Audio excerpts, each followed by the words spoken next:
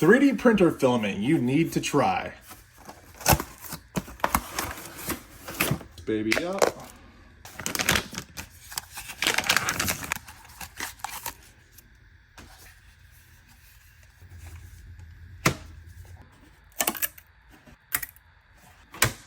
This thing is so sick. Can you guess who it is? That's right. It's R2-D2 from Star Trek. I mean, it's not 100% crystal clear. Obviously, we knew it wasn't going to be. But look at it. You could totally see the infill pattern. That's so awesome. Now, imagine if you really had the settings tuned up. Find this and all the files featured in my videos in the link in my bio, as well as the filament. And FYI, I know it's from Star Wars.